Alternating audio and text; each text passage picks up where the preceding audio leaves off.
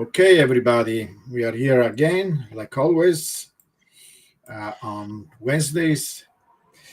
And actually, it's Wednesday for me, but it's Thursday for Stephen. And this is Giovanni and Stephen. We are both physicists, in particular astrophysicists, with kind of interesting careers. We did many different things.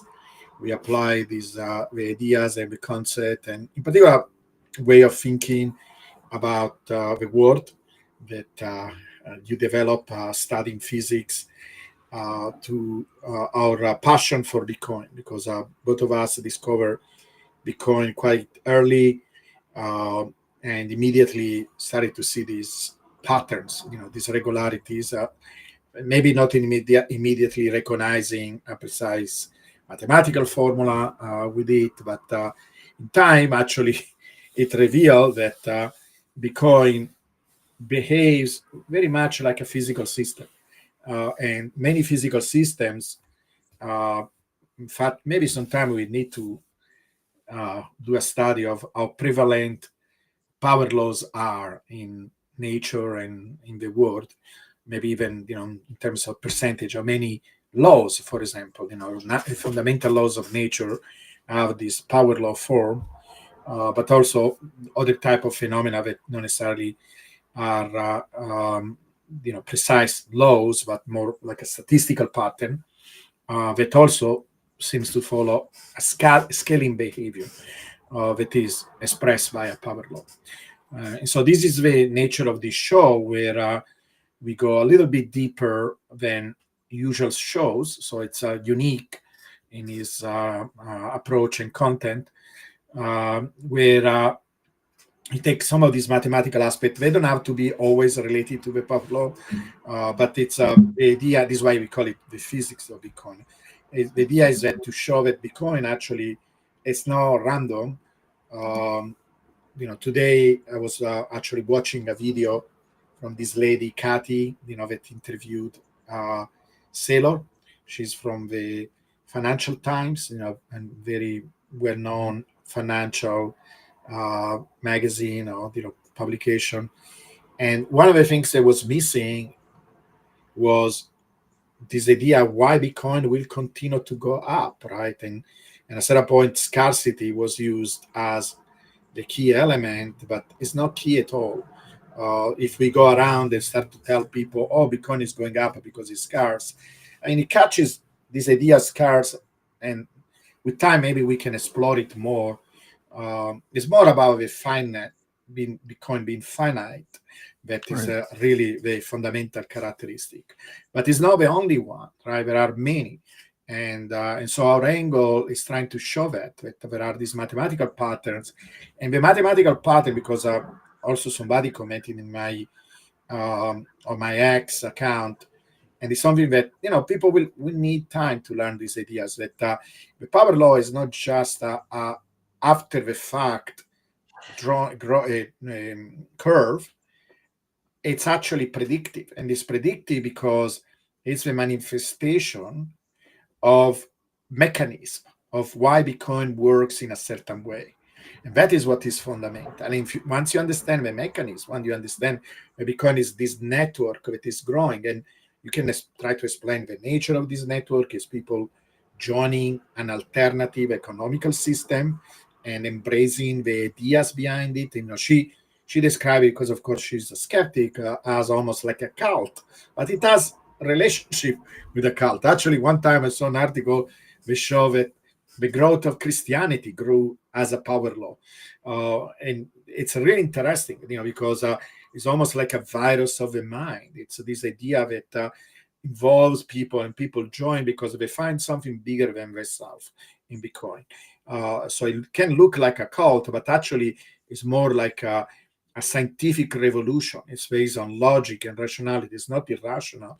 And the data and the behavior that we show that is regular and can be explained by physics is a testament of that. And this is what the show is about. And we cover different aspects of all of these ideas in our episodes. Stephen, do you want to add something or elaborate on this?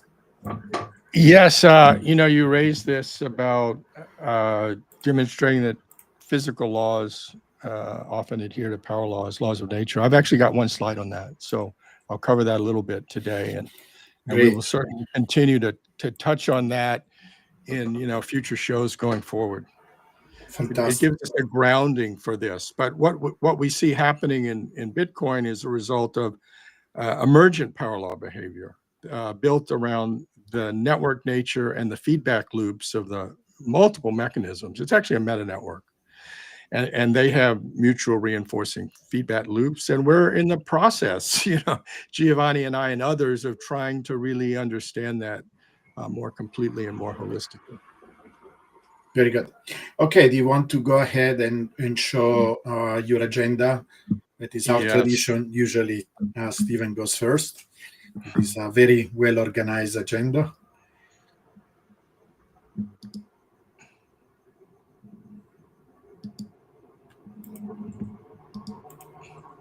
Okay. All right. This is our 21st Physics of Bitcoin show. It's May 14th for many of you. I'm living in the future. I'm in May 15th already. And that's my handle both on X and Substack. And here's the agenda. I've got one slide on power laws everywhere in nature. Last week, I showed this Google by Google diagram. It's quite amazing. And, there were several power laws demonstrated on that. I'll talk a bit about energy as money. And then I have two broad topics to get into. One is the wallet balances and the wealth curve for Bitcoin and the issue of the Gini coefficient, if you've heard that terminology, but how well balanced or distributed is Bitcoin? And as we know, it's very top heavy, but I'll go into some details, in particular, including a way to adjust for the custodial holdings. I've done that. You have to do a lot of guesswork. So it reflects a lot of guesswork, but it does make some substantial difference in what the curves look like. So I'll cover that.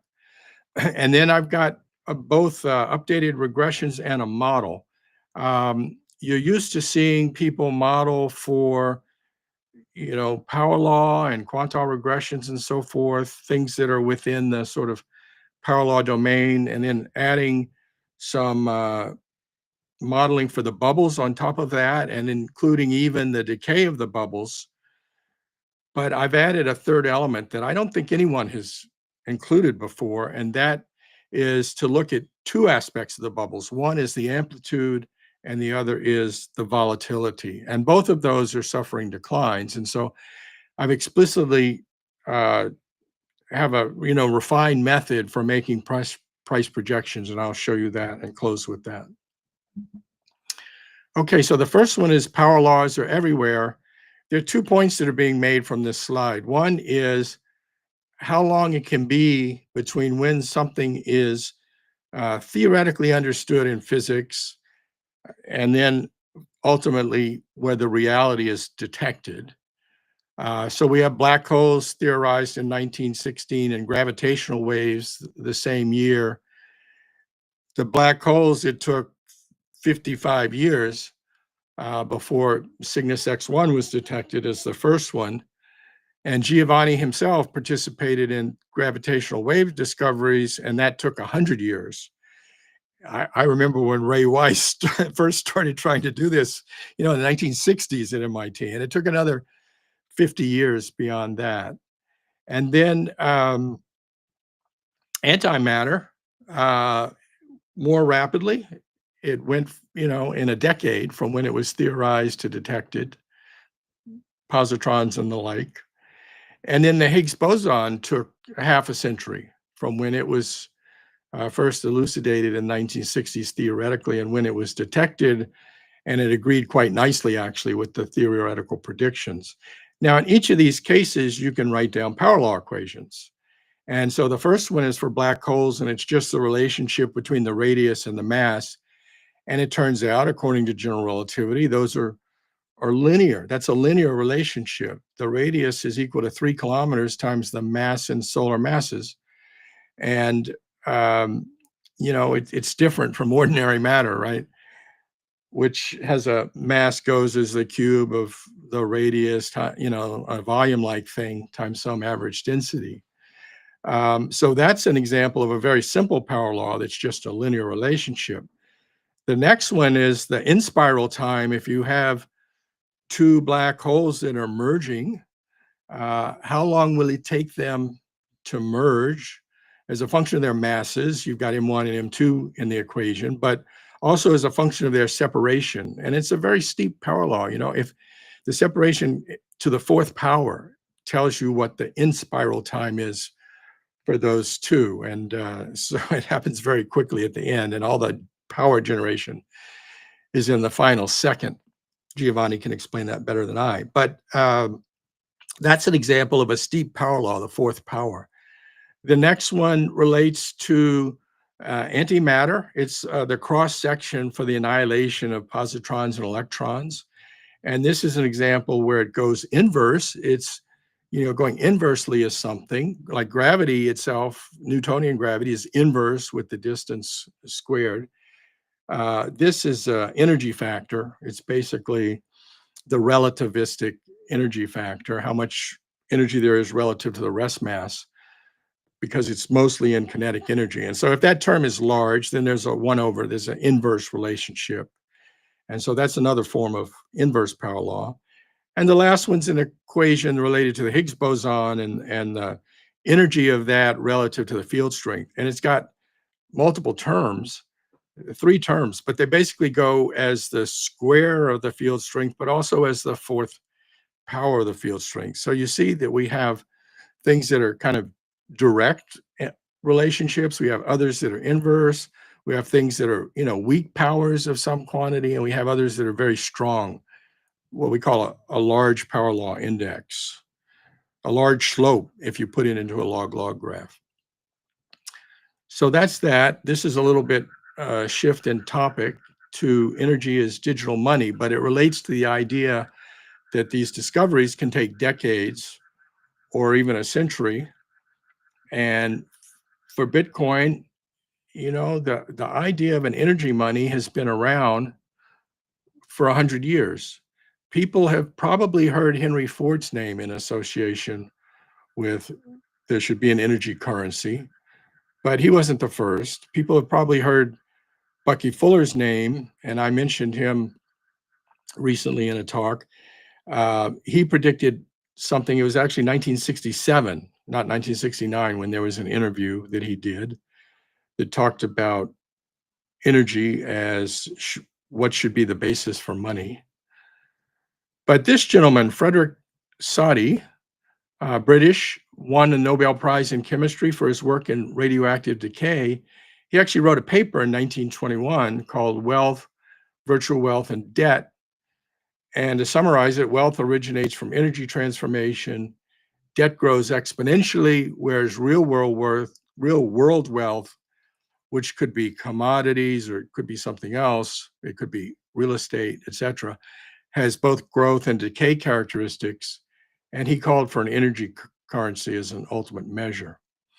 And then for digital money, 1983, David Chaum is probably the first reference. But between Soddy's paper in 1921 and Bitcoin, it took 87, 88 years.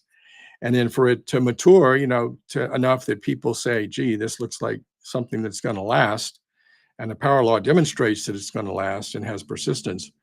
It took a full century.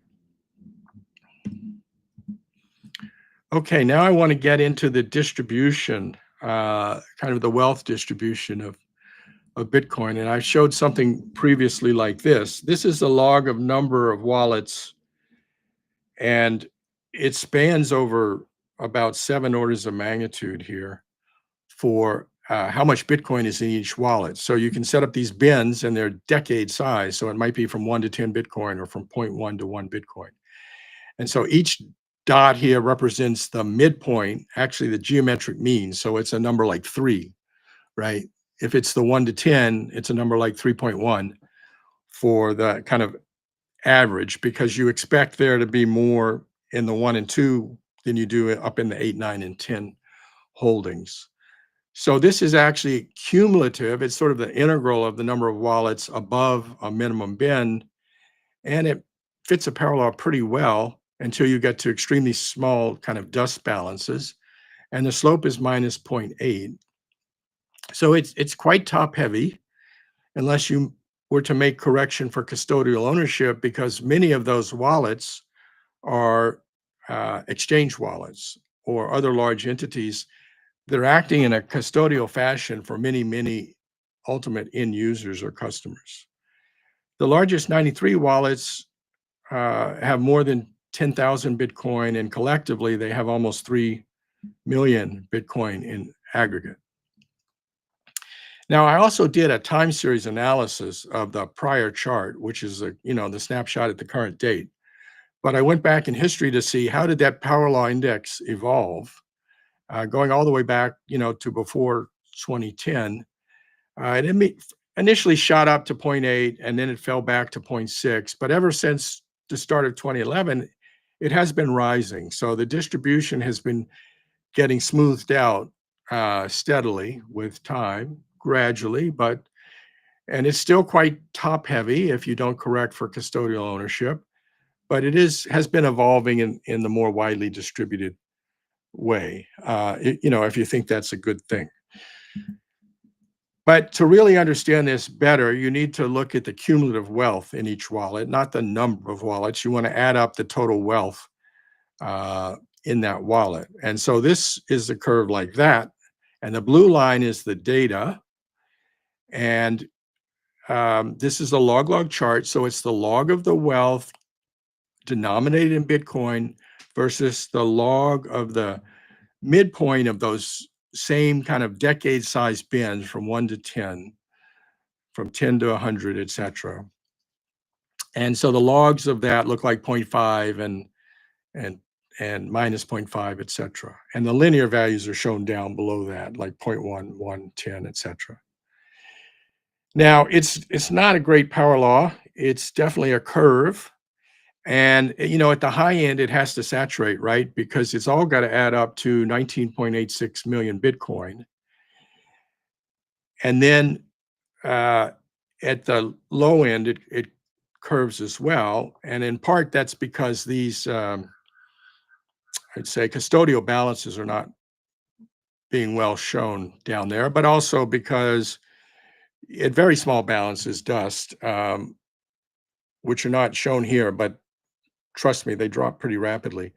It's not kind of worth holding a very tiny amount of, a milli Bitcoin or something. We do not include lightning channels here, but that's not a huge amount. So there, you can do a power law fit roughly, and it has a slope 0.31 in these terms of log wealth versus log Bitcoin. From that, you can compute something called the Pareto alpha. If this were a power law, it would correspond to something called the Pareto distribution. It's 1 minus the slope. And so the Pareto alpha is 0.7. It has a pretty decent R squared, even though it's not that great a fit. Now, you can convert Pareto alpha into these Gini coefficients that are used in economics for example, the wealth distribution in the US, which is something like a 0.8 Gini, or in Europe, it's something like a 0.7 Gini. But in fact, if the Pareto alpha is less than 1, the Gini formula saturates. It kind of tops out at 1, the way it's constructed. And so that indicates that we've got a highly unequal or top-heavy situation here. This is the uncorrected distribution. So now I went through and, with a lot of guesswork, did custodial adjustments. And I went down to the level of 40,000 Bitcoin wallets and then redistributed those. And that included the 7 largest exchange wallets. Actually, there were about 10 or 11 wallets between 7 exchanges. And then the 4 largest ETFs. And then I also included Master and Mara, which is a Bitcoin miner that has decent size holdings. And then I included 3 governments, the largest 3 governments, US, UK, and China. So then what I took is the customer counts And then I took the average per person and I just dropped it into that bin. So I dropped the whole customer count into that one bin. Now that's a gross approximation because obviously they have a distribution. So a more detailed model, you try to distribute that somehow, but it wasn't clear exactly how to do that. And so I just dropped it all into one bin. And for the nations, the 3 countries, I took the total population of the citizenry of that nation, and that amount gets assigned on a per population basis to the citizen. So for the US, it's $57 worth of Bitcoin per citizen. Is showing up in the low end of the curve here. Now, when I did all that, it kind of came up out to too many Bitcoin. It was like 20 something million.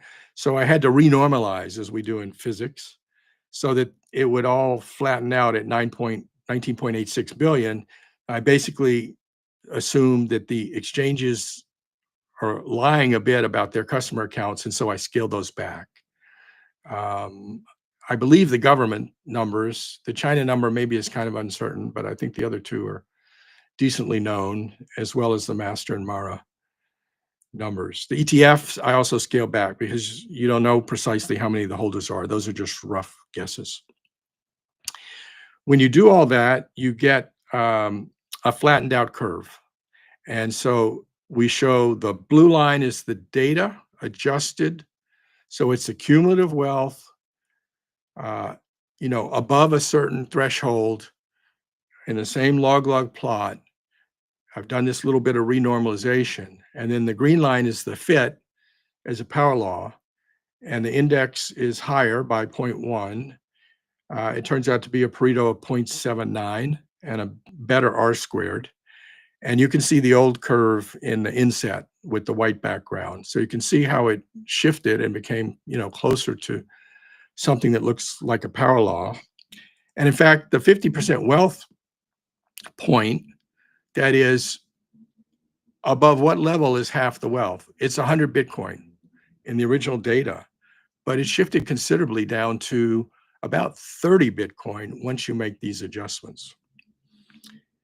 The gray one, I said, well, what if the US were to go ahead on the strategic Bitcoin reserve and add that up to 1 million? What would that do? And so that would move the curve up like that, and it would increase the Pareto alpha by about 0.05. And then the orange line is a power law fit just above 1 Bitcoin, and it also has a higher Pareto of 0.88. So these things of distributing as custodial ownership to exchanges and ETFs and corporate treasuries that I've only partially accounted for, and governments, and we know the trends are for all of those to increase, are making the distribution flatter and increasing the Pareto alpha, but it's still below 1. So you still cannot compute a Gini. The formula of the Gini is above 1, which still indicates quite unequal. But the trend is moving that way over time. Okay, shifting topics. Now I want to introduce a different or enhanced forecasting technique that models the bubbles a little more fully. So first we start with the quantile regression, and I also show the ordinary linear least squares regression. And the ordinary least squares line is black, and the solid red line is the quantile regression median, the 0.5 level. And you can see that right now, one says 97K, the other says 87K. There's a little bit of difference there. And then what do they project a year later? And you can take the geometric mean and you get the bottom row in the table. One has a slope 5.7, the other 5.8, basically. So I base the following on the quantile regression median. These are the residuals. You see the 4 big bubbles. And then you see the, attempt to have another bubble as we go into into 2025 after year 16 tick mark. And there's the quantile equation. Now we can fit a linear fit to the peak tops, and that fits pretty well. And so people will typically, when they make the forecast, that includes a quantile regression or power law OLS, and then they'll correct for this linear decay in the tops of the peaks. Now, I've shown previously that the distribution is bimodal. So what you do is you break up in the prior one, you have the zero line, which is the soft dash line. You take the above and below, they each have half the points, data points, and define the bubble above the line and the power law core below the line, and you can approximate those by independent log normal or Gaussian style distributions, but in log space. These are residuals in log space. Once you do that, you can calculate a rolling mean for the residuals. And so I'm showing the 4-year rolling mean for those. And you see that for the core, it's essentially pretty flat. It sits between 0.1 and 0.2, moves around a bit, but doesn't change in terms of a long-term trend. And I indicate 0.7 there. Basically, it's about 30% below, on average, the quantile regression median line, which is at 0. However, for the bubble, the mean has come down by a factor of 2.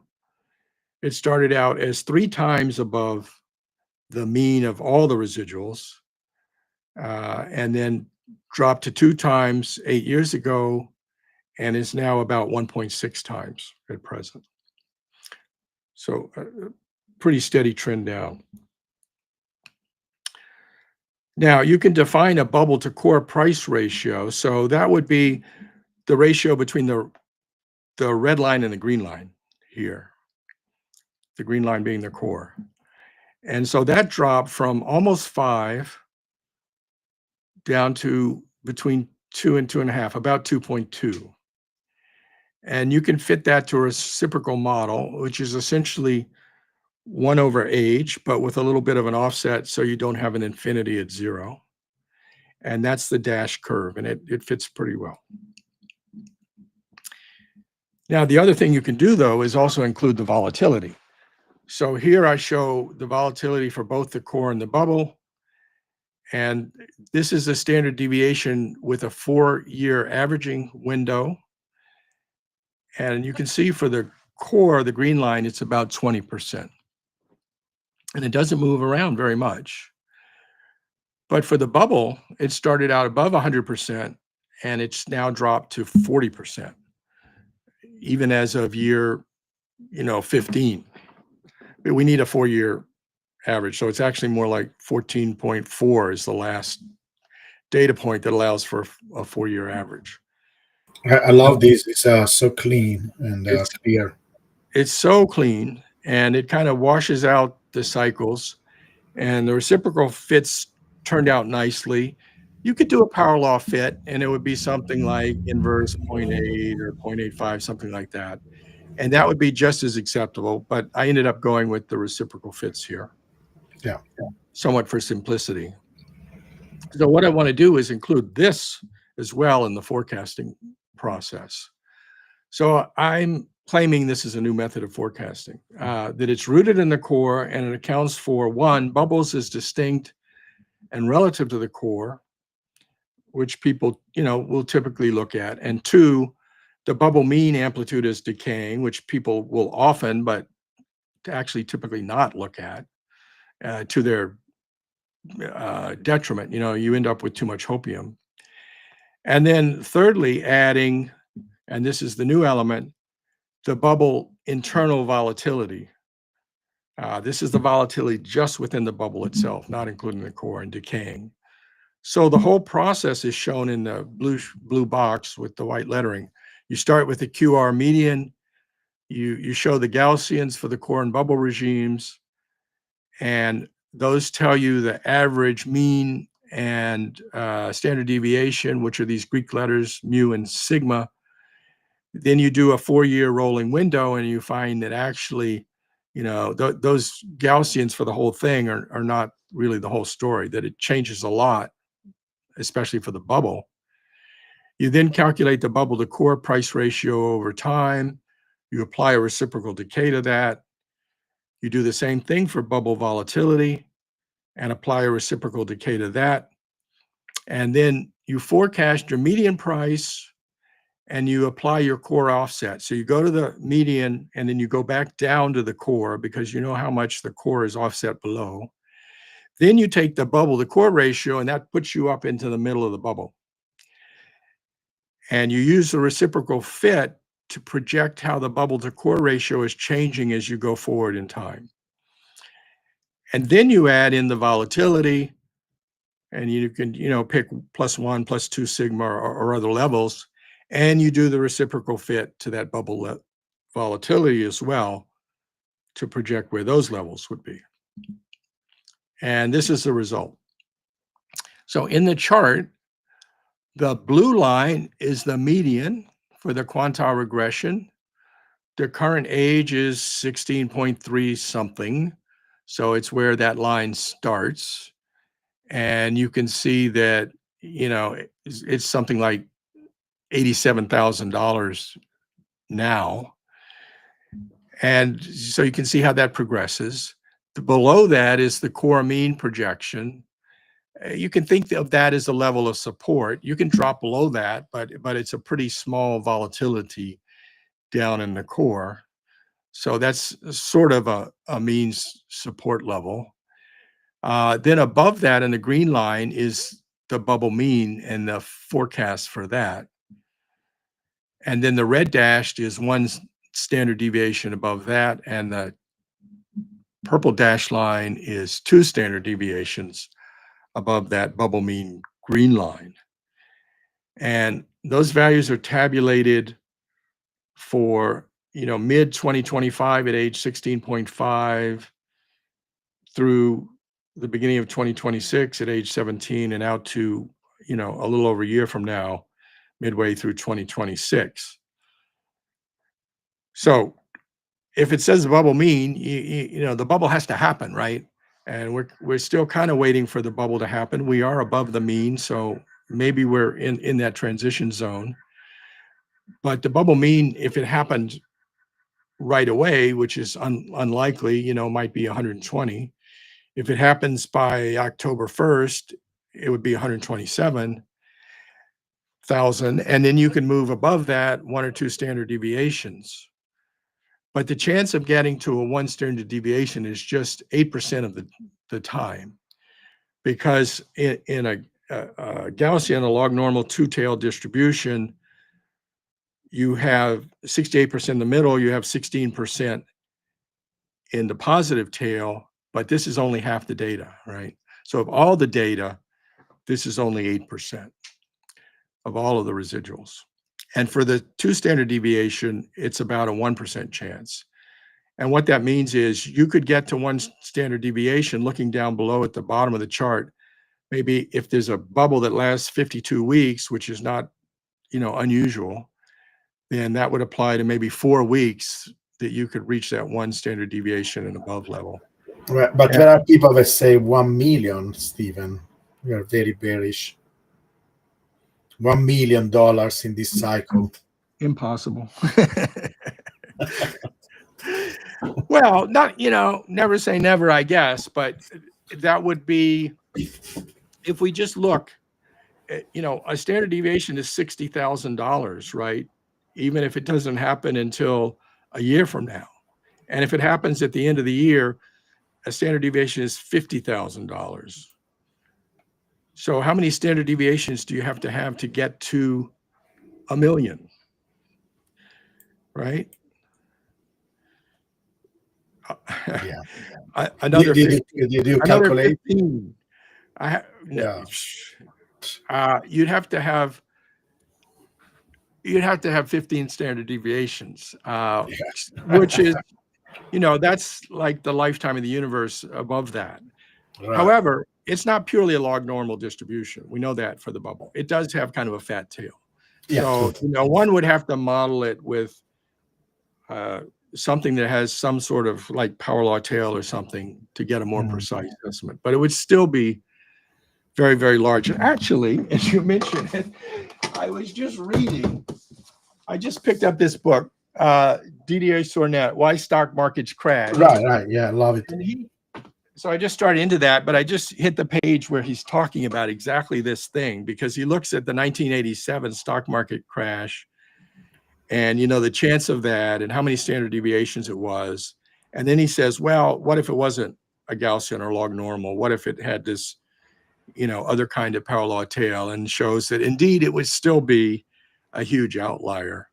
And that becomes his rationale for why bubbles are real things that break statistical models. But we know enough. We have enough experience, I say, statistically, between us to know that 1 million, it doesn't happen in this time frame. And that's where I'm going to close it. Can you show a book, because it is actually a great book? Yeah. Why stock markets crash, and the author a little bit higher. Sornet, Sornette. This is a great. Yeah, go ahead. Princeton Press. Yeah, it's a great book because it's written by this physicist. So we are a little bit biased towards physicists, and he's analyzing the market with with the tool of a physicist and show that it works.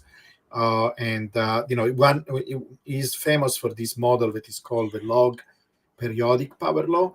It's not directly related to the power law that we discuss. It's indirectly, because it shows kind of scaling behaviors.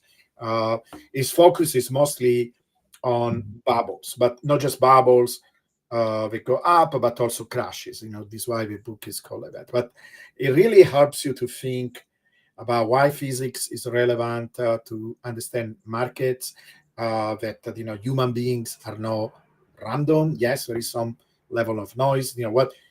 What we call random often is what we don't understand. I think if we had a perfect knowledge of so many things, we could build a model where it kind of predicts almost everything. But for physicists, randomness is not knowing. Actually, is a form of knowing, because you can do distributions, you can calculate probabilities, etc. So it's actually information, and you can use it. So it's a very, very beautiful book, and actually, it's not very. It is one of these books that has enough details that is not superficial, but is not meant for somebody with a physics degree. Everybody can read the book. So it's a very nice book if you can read it, and I will put it just below scale as one of the guides to understand the Bitcoin power law. Okay, great. But this was very nice. So did you projected these lines? Did you account also for a possible decay of a bubble or no? Yes. It's okay. So after the end of the year. No, I mean, like if there is a correction. Well, I did not look at the -1 and -2 levels. Okay. Yeah. Yeah. I mean, yeah, we could do that. Yeah, that would be interesting. Yeah. Very good. Okay. So I will go ahead and do my presentation. So the first thing I want to talk about, let's see if I can bring up this graph. What is this? Okay. So I kind of revisited the first thing. I revisited I had some time ago MicroStrategy model, and I look at the data. It's you have to be careful, because we have data for that are relevant for MicroStrategy only after to 2020, because before that, MicroStrategy was not investing in Bitcoin. And if you look at the behavior of MicroStrategy, was completely unrelated to Bitcoin, of course, right? Then in August 2020, this when MicroStrategy started to apply this strategy of buying Bitcoin and being have a treasury in Bitcoin, and the price started to match Bitcoin. But when I plotted it, because I wanted to see if it was a linear relationship, if it was some kind of other pattern, I discovered this power law. So there is a power law, basically goes where I can actually maybe write it down for you guys. It goes like this. And, there was a debate for some time. I will explain you the nature of this debate. But it goes like this, that you can calculate the price in the MicroStrategy price in dollars by knowing the price of Bitcoin. And I write in this symbol that means proportional, because there is some kind of a constant, right? Bitcoin is it's hundreds thousand. One day it will be hundreds of thousands. So right now it's 100,000, right? Close to 100,000. And MicroStrategy is only $400. But the constant takes care of that. But then it's not a linear relationship, because as Bitcoin goes up, MicroStrategy goes faster up. And so it's actually a power law. It's a power law of 1.3. Now, this doesn't have the same status of a Bitcoin power law, because um, you know the Bitcoin power law has been valid over 8 order of magnitude, if you include the first transactions ever, that actually falls on the power law. That is crazy. Um, and it's 16 years, while with MicroStrategy we have only 4 years, and the range is much smaller on the y-axis. But so far it holds. Now, there was a period of time during the beginning of this year when things went crazy, because I think people started to wake up to the leverage and the opportunity for MicroStrategy, started to speculate. And you see, this is where you actually see this behavior here, this kind of almost a straight line. And when you see a straight line, this chart is done on TradingView, and TradingView unfortunately doesn't have the log of time. Many people made this request because of the power law of Bitcoin, but they didn't respond. It would be really cool to have it, but you can take the log of the y-axis and not the log of time. But if you plot power laws, um, this one looks straight, because everything looks like a straight line if you zoom in enough. But they are not straight line; they are curved, right? Like the typical kind of rainbow shape that we are familiar for Bitcoin. But if you see a straight line, usually it's an exponential. So it follow very well the model. See, this is in fact, I can maybe zoom out a little bit so you can see. It starts to deviate, of course, before 2020, right? It doesn't do, basically, it was flat. MicroStrategy was flat because it didn't follow the Bitcoin. And then it's really surprising, right? Because yeah, people know that they buy Bitcoin, but what is going on? It shows how interactive a market is, right? People know that it's based on Bitcoin. So I don't know. It's really interesting how people value MicroStrategy based on Bitcoin. It's not a direct mechanism, right? It's how the market works. It is really interesting. And so what you see here, the blue line, it's the price itself, the real price, and in red is basically this formula that I show you here. If I take, I first fitted the power law, Bitcoin versus MicroStrategy, I derive the parameters, the constant and the power. And then you see for a little while, it was working very well. And sometimes MicroStrategy is undervalued. That means it's when it's below the red curve. So remember, the red curve is a model. Sometimes it's overvalued when it's above the red curve. And then we had this crazy time when it seemed not to follow anymore the pattern, but I fixed it by basically correcting this behavior, adjusting this. All what I did really is to multiply by a constant uh, at a particular point, and then it restore the behavior, because you can see from here on it started to go again along the power law. It follows very closely the formula. So it's kind of interesting. We will keep an eye, right? But there is this. I will try Giovanni, to. Yeah, go ahead.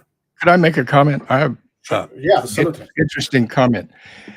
For people that have followed Jeffrey West's work in scale, or some of the times when we've talked about that,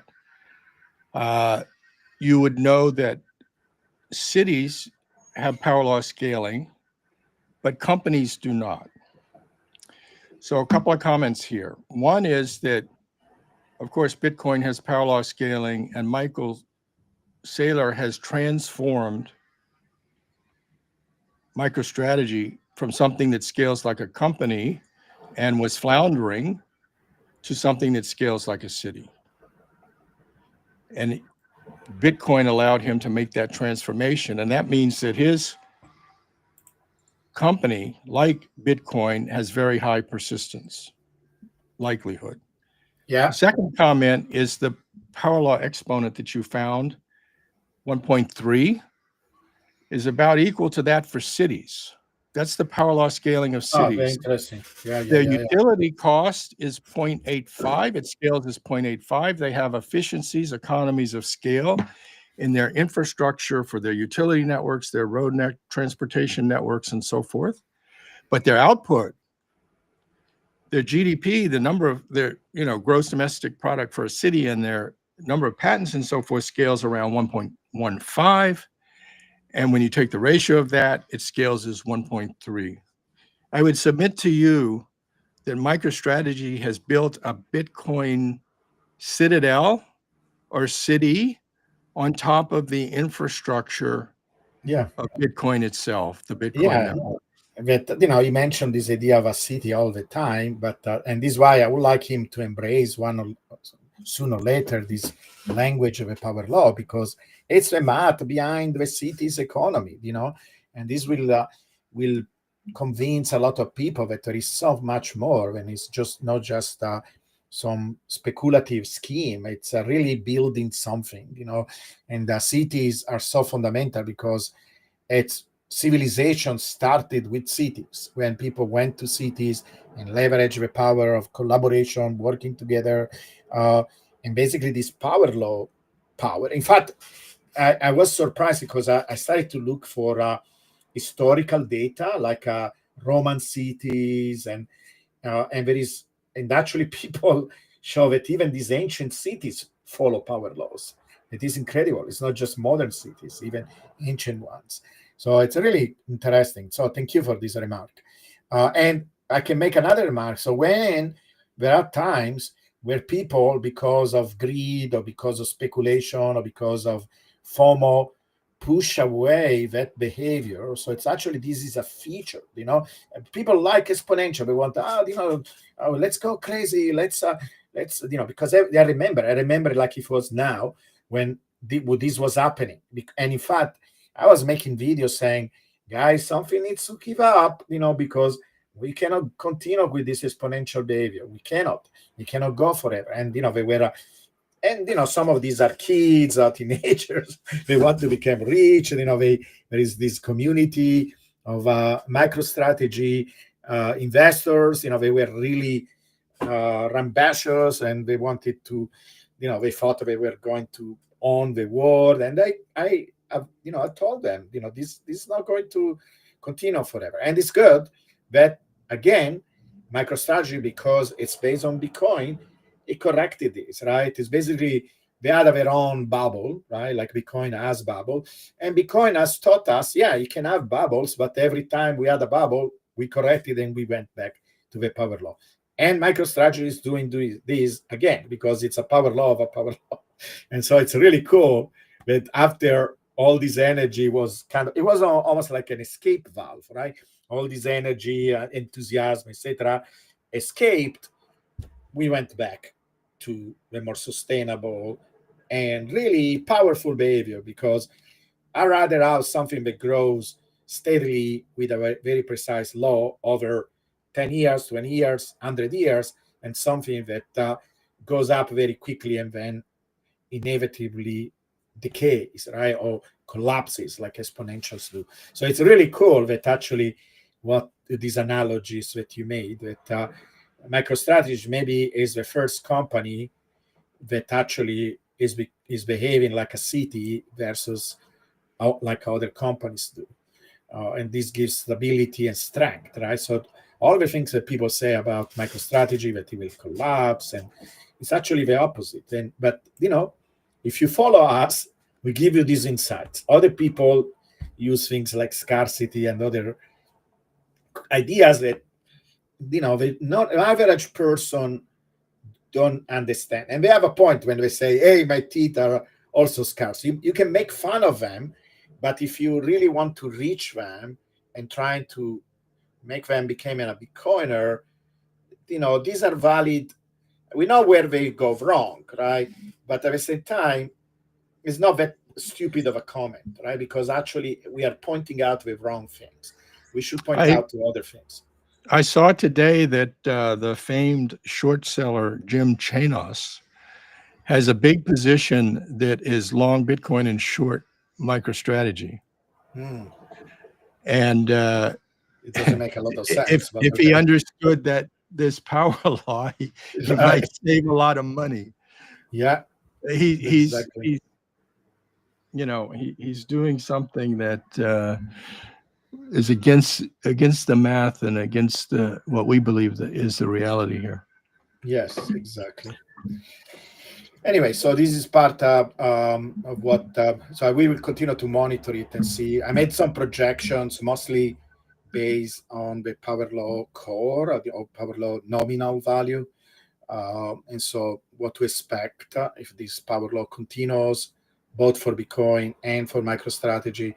Now, we could add standard deviations like Stephen has done. So it's something that I can work out, like what is the best case scenario. But this is kind of a reference point of what to expect. Okay. I have maybe few more minutes. I want to present something else. And I'm going to discuss instead these.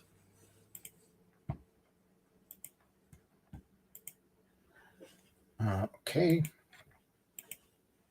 So actually, first I want to show these because maybe in a certain point, me and Stephen can talk about. Stephen already posted a bunch of posts on his X, but and we are not the first people. Other people mention Nash, so this is it's the movie Beautiful Mind. It was about the life of John Nash.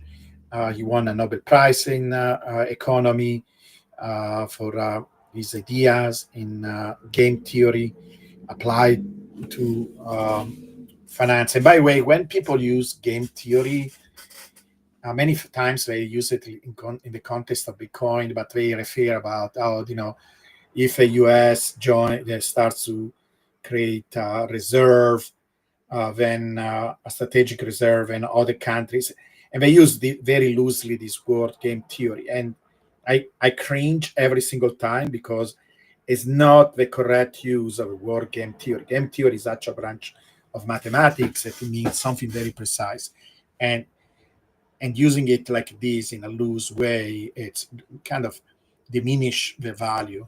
So I don't think actually that could be interesting to write a game theory of Bitcoin, but it's not what people talk about. But John Nash discussed his ideas on money, and it's very fascinating because in many ways he predict it. Kind of is very parallel to our concept of Bitcoin, and it predates it. In fact, some people claim that he is Satoshi, but he's not Satoshi, but very likely.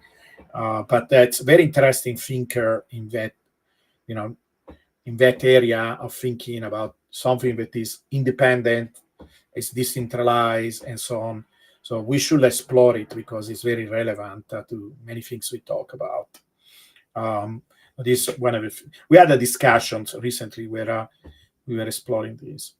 But anyway, so another concept that I'm exploring is more about kind of a research plan than results that I have right now. I want to explore more this idea of scale-free networks, because when we say that power laws are natural for networks, it's not completely trivial. Yes, they can derive from network property, but under one very precise condition. That is something that happens often. This is why many real networks do have power law properties. But historically, what happens is that so network. Let me define first of all, because we mention networks all the time. What do we mean for network? So network, it's a way of understanding. It's a kind of a framework to understand complex systems, and uh, they are characterized by basically individual entities, individual centers. And these centers, just to give you some example that will bring into context the idea of a network, could be, for example, the cells of a body. Cells of a body are, you can go and zoom in on a cell, and it's on almost its own little world, right? There are many things happening inside the cell. In fact, the cell itself can be understood as a network. But you can consider, right, this always starts from some simplification. You can consider every cell what is called a node. So it's a central part of a kind of, initially you can think it as a separate unit of this system that is also interacting. All these units are isolated but also interacting with other units. They do a lot of things by themselves, then they transfer or interact with other similar units through some mean. Okay, in the case of cells, there is no, unless you are a neuron. Neurons actually have a physical connection between each other. So it's actually, the brain itself is even a better network, right? Because we have these axons that actually connect the neurons physically, or in a more direct way. The cells of the body are also a network because we have a vascular system, right? We transfer nutrients and signals, chemical signals. They communicate through the medium of the body, right? Through the blood, through the fluid that are in the body, and so on, through um, different type of chemicals, and metabolism, etc. So, and in a social network, we are, this will be the people, right? Every individual, and they communicate through the internet, through the different social platforms, etc. Right? There is a transfer of information, and so the individual components are called nodes. That is the technical term, and the connections, that is the other fundamental component of a network. What makes a network can be different ways of communication, like physical, or through whatever. Usually physical, but can be more direct and less direct in some kind of information. And then the units take in account the communications of the information from the other nodes, and then they make some decisions, or they do something like the cells, they produce certain chemicals or certain proteins or whatever, based on communications with the other entities. And this is what makes a network. And there are, people have written entire books, and there is an entire science that study the properties of this network, how they grow, how they develop, how the information is communicated, what is called the topology, so how they are structured, many connections there are, how, like if there are a lot of connections, if maybe there are groupings where there is one group that is strongly connected, and then this group communicate maybe with a single connections. We have all kind of terminology, small world, large world, and mathematicians and physicists studied these systems. Now, one of the first, there was a mathematician called Erdos that wrote a lot of papers on these networks from almost a pure mathematical point of view. And one of the proposal was, well, basically they grow in a random fashion, that when you have a network, you will have connections between the other nodes, but they are going to follow some kind of random distribution, kind of like what Stephen was mentioning before, this Gaussian distribution, right? Gaussian distribution, for the non-mathematician among us, is the famous bell curve. You see here the bell curve. And so you will have, every node will have a certain number of edges. So another name for technical name for the connections is edges, because it's like a hedge of some kind of um, geometrical figure. So you have the vertices and the edges of a geometrical figure. And so, as the system develops, you're going to have a certain average number, and then you can predict how many connections the other nodes will have, because if you know the characteristics of a distribution, for example, the standard deviation, etc., you can say, okay, there will be a certain numbers that have as you go farther and farther away from the mean, you're going to have, in this case, more connections, in this case, less connection, but you follow this predictable pattern. So this is one of the proposals that people added, and there are a lot of articles, a lot of studies based on this, what are called random networks. It turns out that real networks in real life are very rarely random. It's almost never like this. If you take real networks, actually they look more like this, where there is some kind of important node, and this node is very well connected. It's kind of actually related to what Stephen was discussing tonight about these Pareto distributions. A lot of these Pareto distribution develop because there are some nodes, some members of these networks that are more active, or for whatever reasons, maybe because of their, like if you're talking about people that got in early in Bitcoin network, right? They are going to be richer because they came up early on in the network. They bought a bunch of Bitcoin at very little price, and then it's difficult to nudge them out of that position. And you will have these distributions that are, they have a lot of wealth in the hands of few. But and most of us, I think that is unfair that happens. Of course, if we were one of this person, you will think it's very fair. And in Bitcoin, to be honest, I think it's actually very fair, because these were people that took the risk. They were early adopters. Bitcoin will not have existed if it was not for them. So it's actually among the unfair distribution of wealth, probably this is one of the most justified. That is another thing that is not often discussed. These were really, truly adopters, right? A lot of the wealth right now in the world in cash is due to inheritance. It's not due to people really taking risk and being pioneers. With Bitcoin, that is the case, right? So that is one thing that should be considered. But actually, is an important feature, because if you have and so there are two aspects. One is how many coins, so people have so wealth, but also how certain nodes, because like again, Stephen, I'm almost in agreement with everything Stephen says.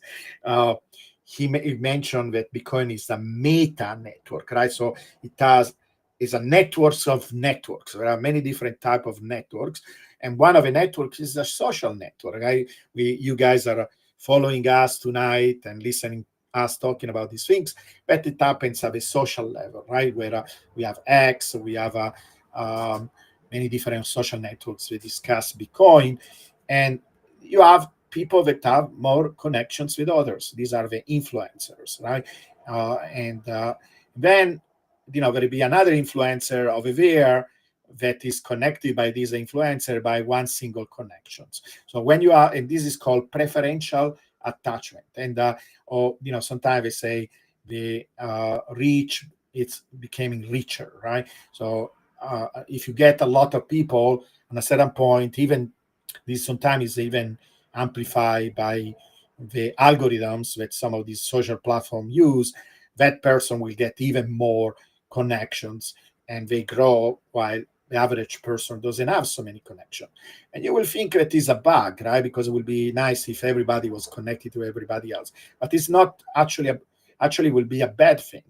Um, and because what happens, this behavior gives more, let's say, uh, resilience to the system, because let's say that there is a failure of many of these nodes, general nodes. Well, it's not a problem because most of the nodes are actually connected to one thing, to few people. That can be also a point of attack, right? If you only have few of these guys, but if you have enough, actually, uh, you know, to make it the network work, all what you need is these nodes to be operating. So for some reason, nature prefers it, right? Because this is what happens. Like, and you get the other efficiencies because, for example, in the organism, the fact that we have organs, right? That is exactly what that represents. There are these central parts where a lot of cells are all very, very well connected. They are specialized with a particular task, and then they are connected to everything else. And you can get economies of scale in that case, like for example with metabolism, etc. You get a lot of good results by the system being organized in this way with this preferential attachment. And this graph here is now obvious because it shows like a linear form of a graph. You see here is the number of nodes, here the number of edges, and then it doesn't follow this Gaussian distribution. It follows here the graph on the right. It follows this curve, and guess what? What that curve is? It's a power law. If I plotted the log of nodes versus the log of edges, it will look like a power law. And so power laws come, and one of the main scholars that studied this idea, his name is Barabasi, and he's a Hungarian physicist, and he's one of the fathers of this network science, and he was able to show both experimentally but also theoretically that power laws in networks derive from this um, topology, this organization of a network, having few centers that are well connected, and of course they scale, right? And remember here is the scaling behavior of some what is this showing is there are a lot of nodes that are very few connections, and then as you go towards nodes with a lot of edges, they are becoming smaller and smaller, right? But with a power law behavior.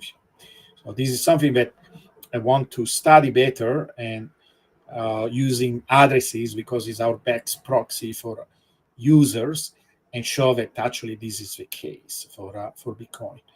I'm pretty sure because this is how we get the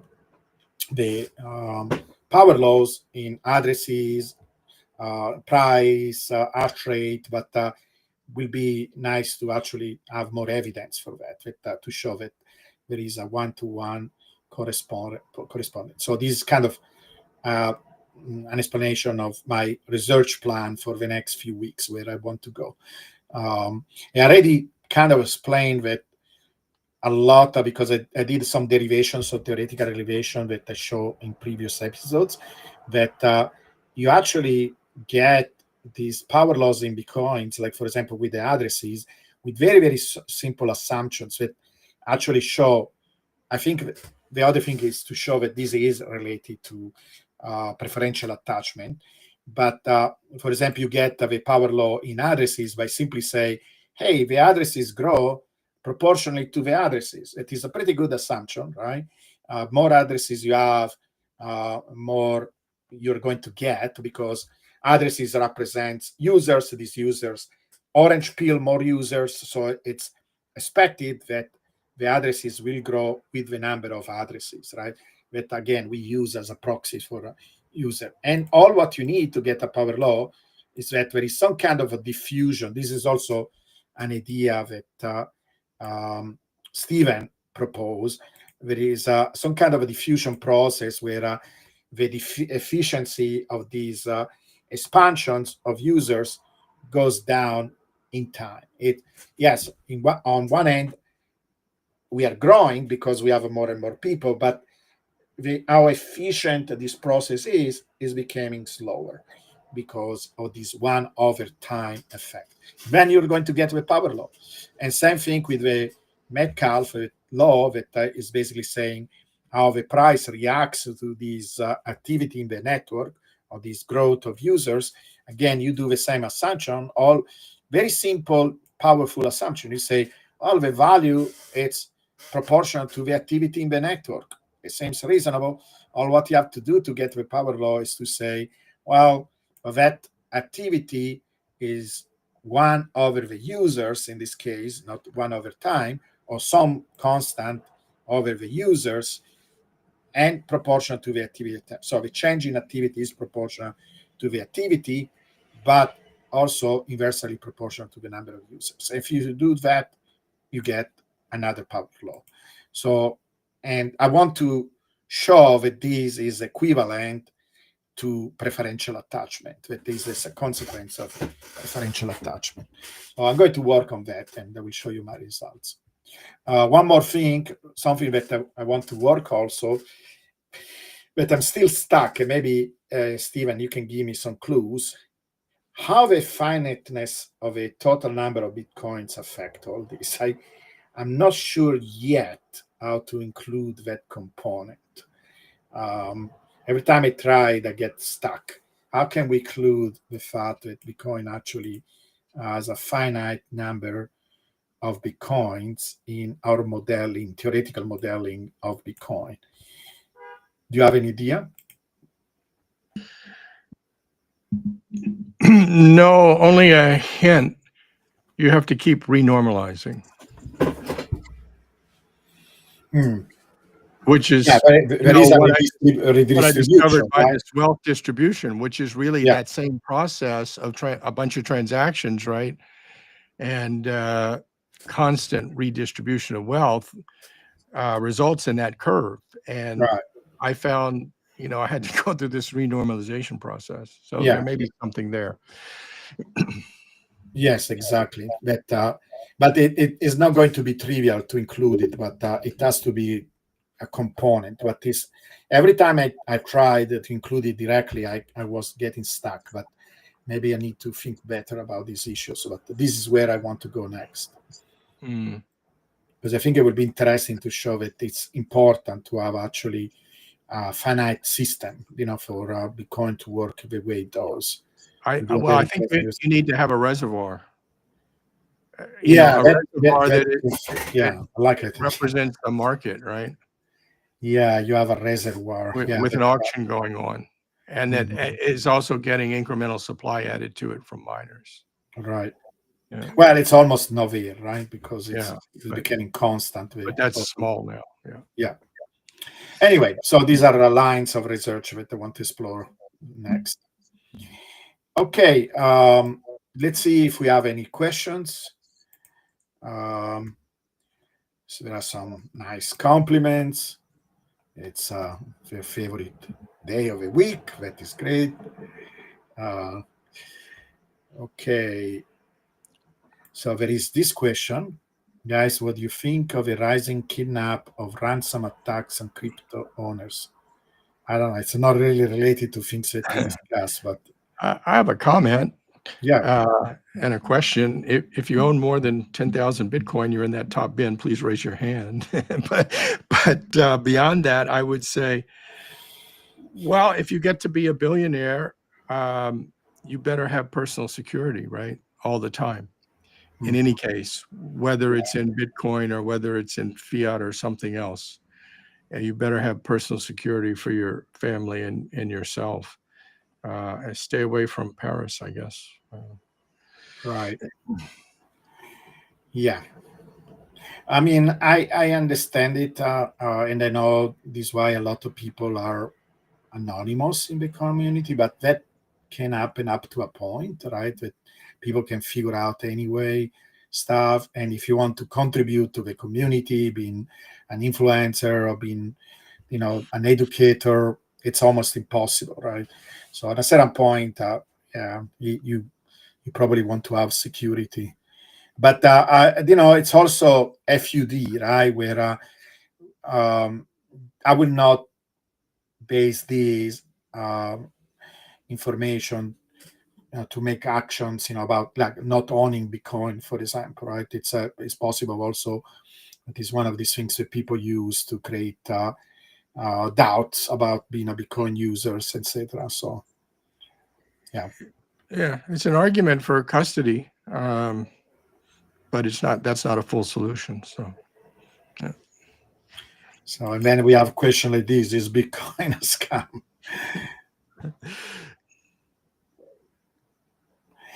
What do you think? Well, if a Ponzi scheme has to have a marketing department and has to have the ability to print additional coupons, right? Or shares or whatever. And Bitcoin has none of that. Yeah. So Bitcoin is encapsulated energy. It's encapsulated energy that has to go through a very rigorous process, and it's impossible to unwind that process. You might mount a 51% attack, and then you can only do some things going forward, but you can't unwind there. So there are a lot of adjacent scams. One could argue that everything that's not Bitcoin that's in the crypto world is to some extent a scam. Most of them they're all counterfeits in some sense or the other. They're all trying to copy the original. Yeah, and in fact, I will say that Bitcoin is the anti-scam. It's the opposite of a Absolutely. scam, and one could actually make even mathematical arguments for that, because first of all, this idea that is growing with a power law, right? Usually, scams are very exponential. That is another thing that is why I don't like exponential in general, because if you have a system where you need to bring other people to make the scam going, right? uh, Imagine every person brings two people, that leads, when you have some constant rate of growth like that, that leads to an exponential. And Bitcoin is not like that. Actually has these, like I just discussed, it has this kind of slowing down mechanism that guarantee the scaling behavior. And that usually means that actually, as a system matures, there are these control mechanisms that there are, people are actually, one of the reasons, for example, why with 1/t probably is there is because it's a process. People don't jump in on Bitcoin, right? It takes time to process the information. This is why it's so difficult to orange pill people. People need to change their way of thinking.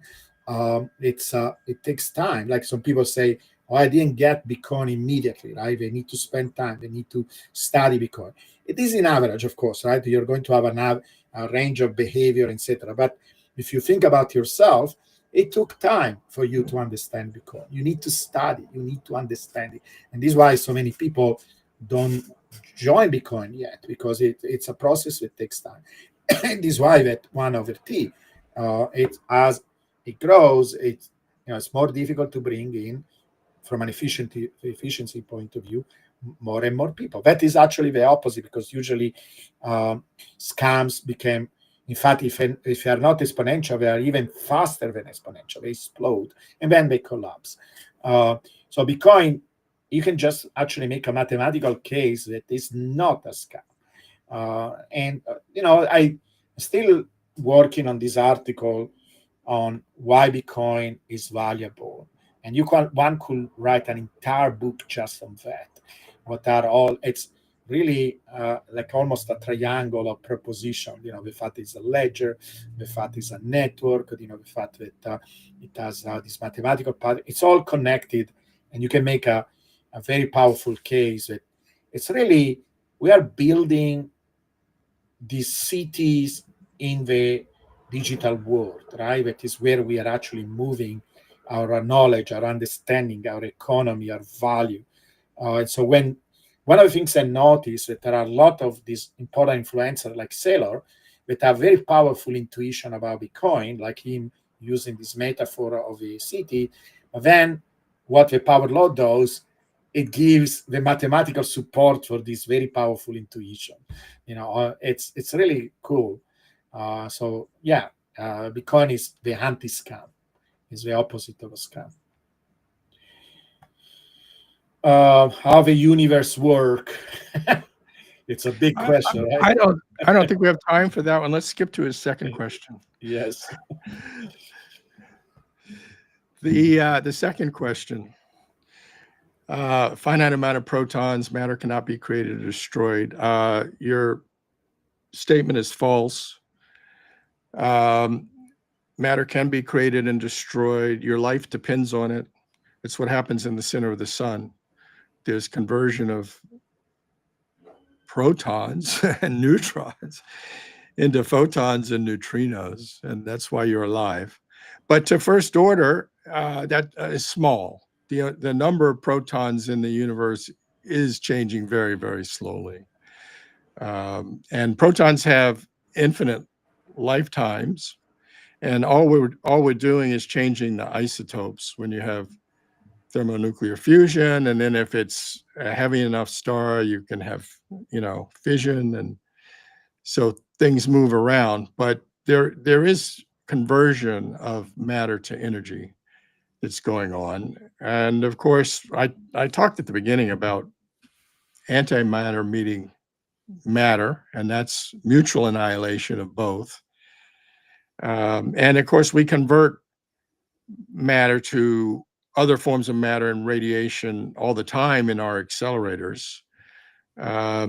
So to first order, the average density per co-moving volume, which is expanding, doesn't change. But to second order, the processes within stars do Yeah. change matter into radiation.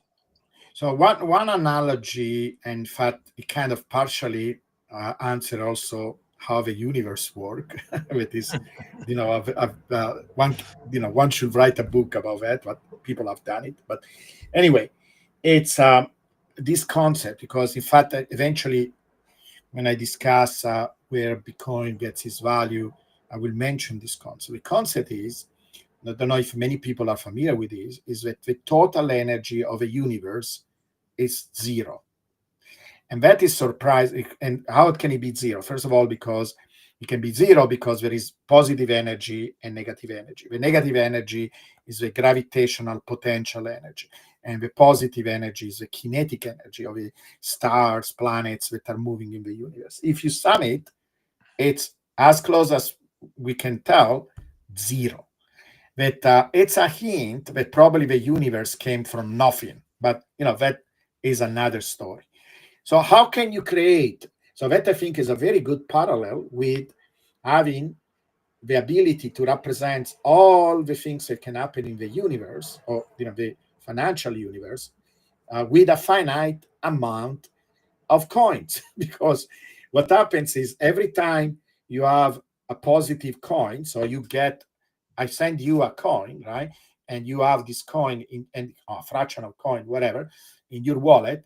A negative coin is being created in my wallet, right? It's being subtracted from my coin.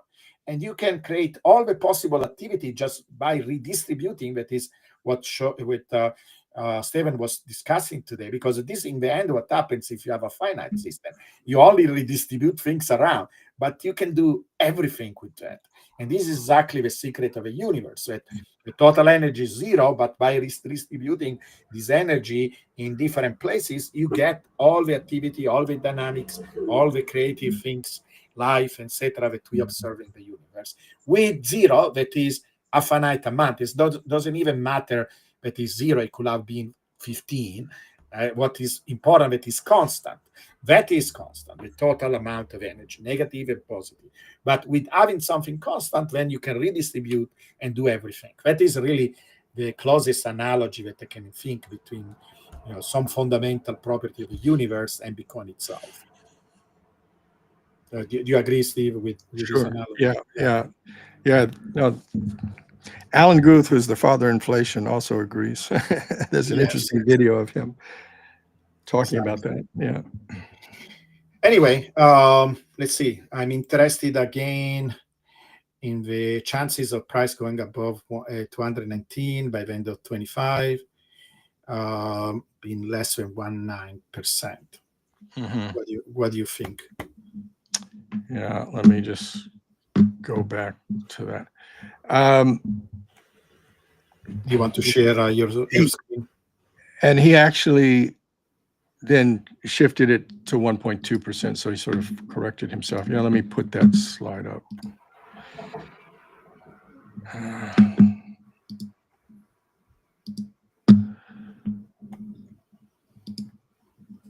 Okay. Make that full screen.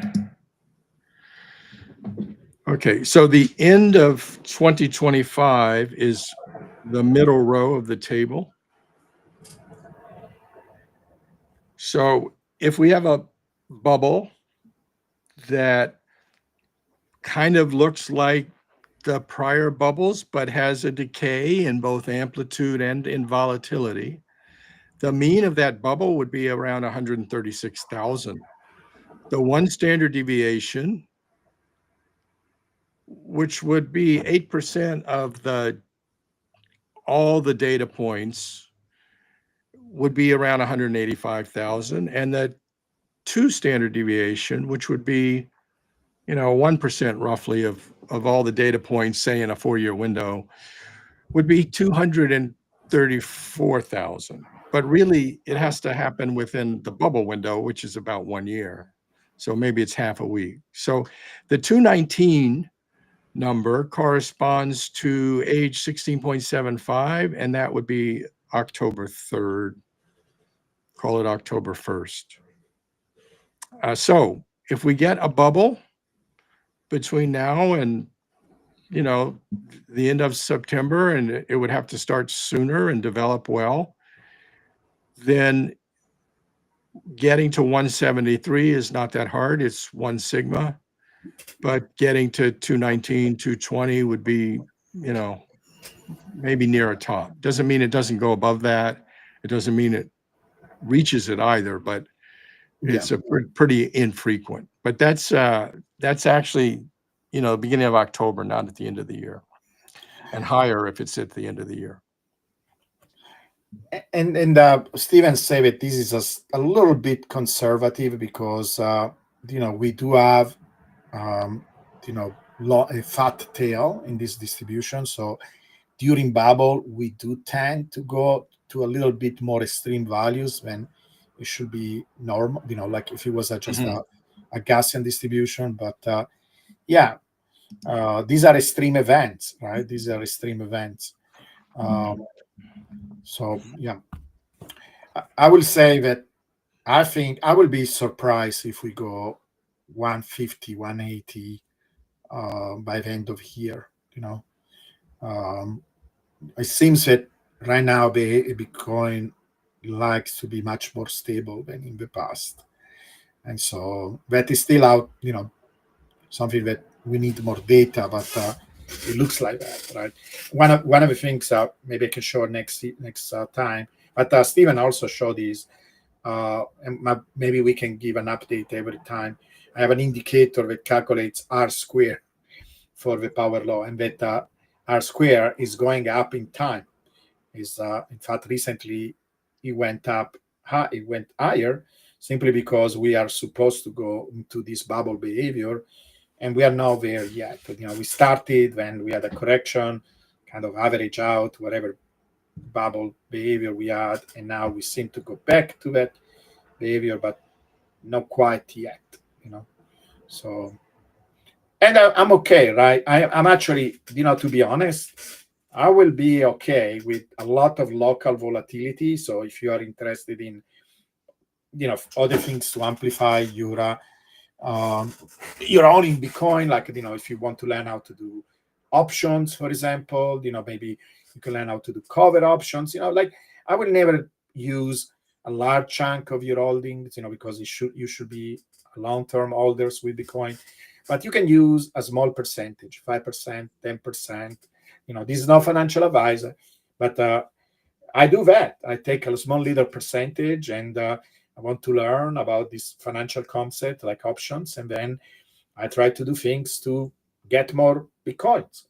And so if we had a system where that added this long-term trajectory plus some volatility that you can use, it will be the best of both worlds, but yeah, let's see. Anyway, guys, I think this kind of covered it, and we had fun like always, and we plan to be here next week again.